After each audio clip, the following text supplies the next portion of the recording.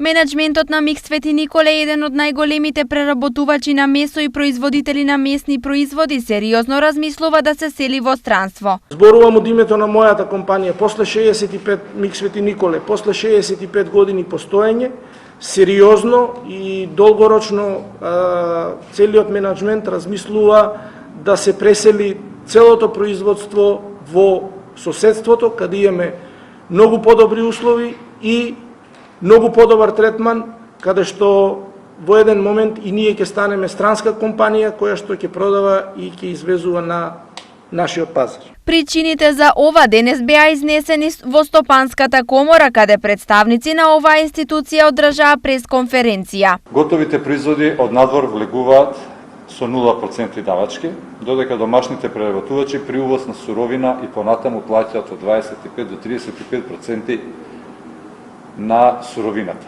царина.